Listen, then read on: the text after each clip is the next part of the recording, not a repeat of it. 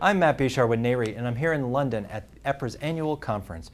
So what topic better to discuss than the Canadian real estate market? Michael Brooks, CEO of REALpac, thank you for joining us. My pleasure. Last time we spoke, you had discussed how Canada stood out for having weathered the economic crisis and the financial storm, better than a lot of other markets. Where are things now?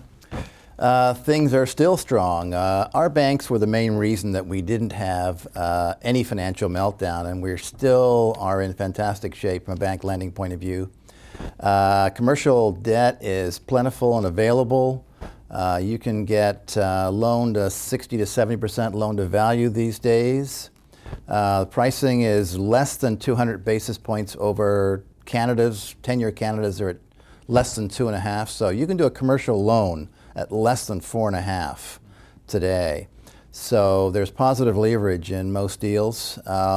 Overall, the Canadian market really hasn't had any shocks. Our overall loan default rate, mortgage loans on houses included, mortgage default rates less than 1/3 of 1%. Wow. Compare that to the US, and it's really a tale of two markets. So we're continuing to dig up oil and sell it to the world, and natural gas and timber and copper and uranium, and so the classic Canadian natural resource play is still there.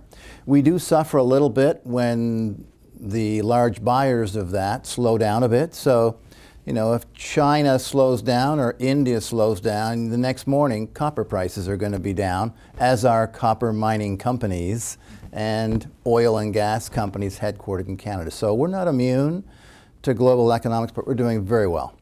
And focusing on commercial real estate, what about property values, fundamentals? Have they held up just as well? Exactly. We are back to 2007 values.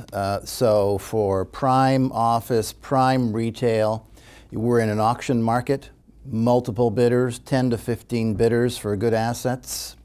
Cap rates in some cases are lower than they were ever at in 2007 because you still have positive leverage with your cost of borrowing. What we're seeing a little bit more of is the REITs starting to be much more dominant buyers. Back in the mid-2000s, they were often outbid by the pension funds. Now the pension funds are going global. They're going to Europe, they're going to Brazil, they're going to Asia. So in some cases they're selling down to rebalance their portfolios, and the REITs are snapping up those assets and are outbidding the pension funds for other kinds of assets. So the Canadian REITs are in a big expansion phase right now. And you lead me right to my next question.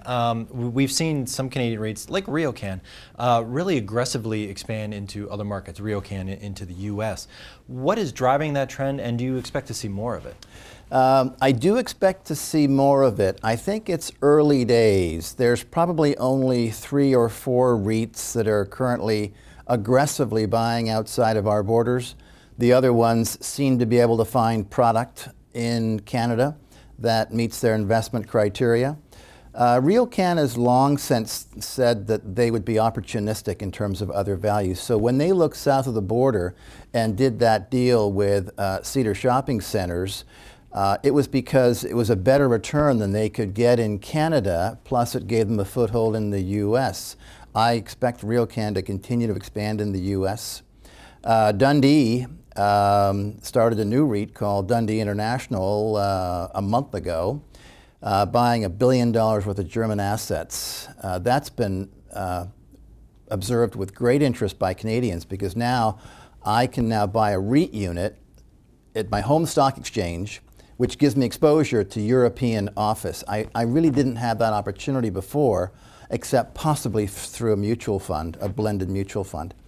So I would like our industry to be a lot more like the Aussies and go around the world. We have a strong Canadian dollar that's appreciated versus almost every other currency, with the exception of probably the Aussie dollar and other strong resource dollars. We can borrow money domestically very cheaply. So again, the Dundee example, they borrowed $600 million at a sub 4% rate to partially do this deal and do other deals. So Canadians can borrow and they can go and spend that money overseas, and as long as you can get the tax structuring right, I think we'll see more of it. Well, you definitely paint a very rosy picture. Looking at 2012, what looms as kind of the biggest challenge out there?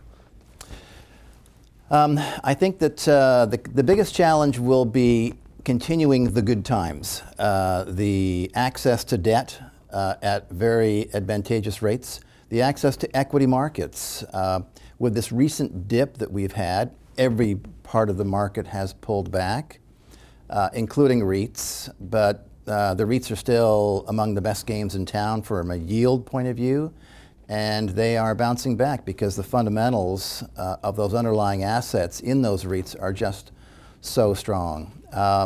We have some legislation we're waiting for that will loosen the rules a little bit for the REITs, and we're hopeful that that will come through this year.